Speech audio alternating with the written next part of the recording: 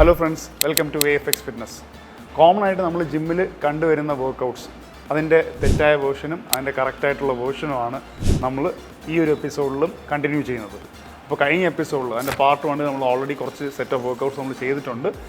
ഈ എപ്പിസോഡിൽ നമ്മൾ നേരത്തെ ഉള്ള എപ്പിസോഡിൽ കാണാത്ത കുറച്ച് നമ്മൾ ഇമ്പോർട്ടൻ്റ് ആയിട്ടുള്ള കുറേ വർക്കൗട്ട്സാണ് ഈ എപ്പിസോഡിൽ നമ്മൾ കണ്ടിന്യൂ ചെയ്യുന്നത്. ഇന്ന് നമ്മൾ ആദ്യമായിട്ട് ചെയ്യുന്ന വർക്കൗട്ട് എന്ന് പറയുന്നത് സീറ്റഡ് റോ എന്ന് പറയുന്ന വർക്കൗട്ടാണ്.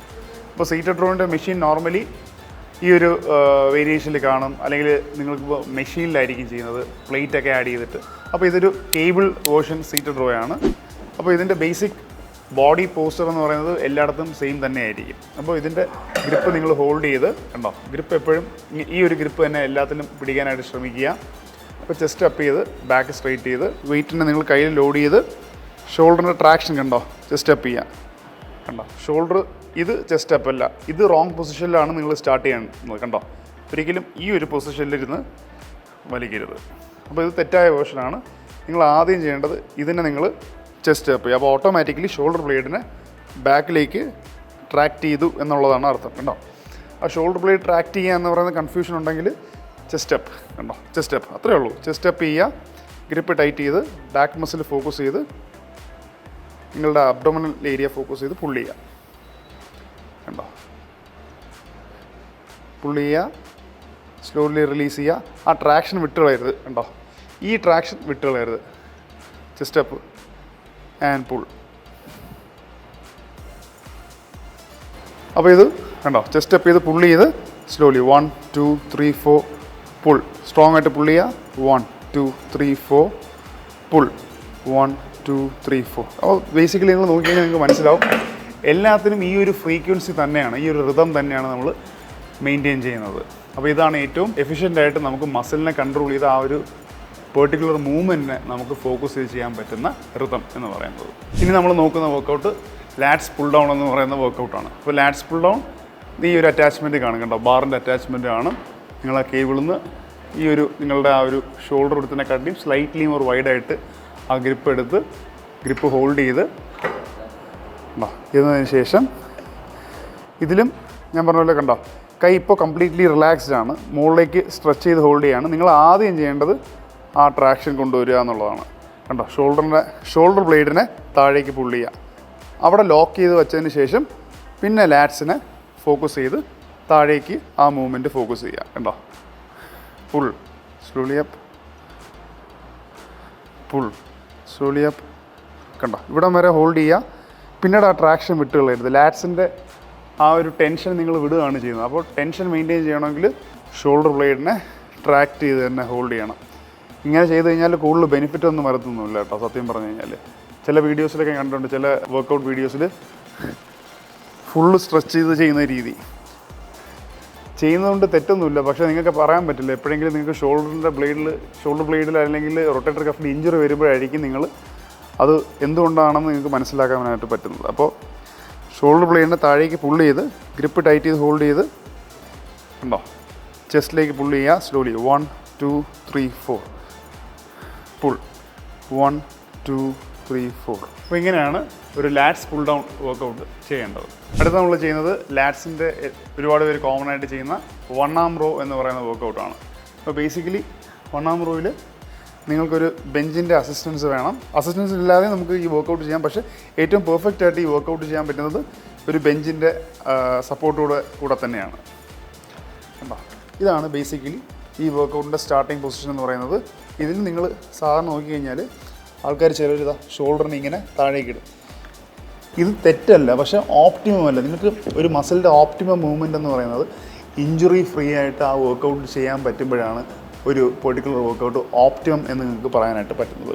അപ്പോൾ നിങ്ങൾ എടുത്ത് ഷോൾഡർ ബ്ലേഡിനെ ട്രാക്ട് ചെയ്തിട്ടുണ്ടോ, ഷോൾഡർ ലൂസ് അല്ല, ട്രാക്റ്റഡ് ആണ്.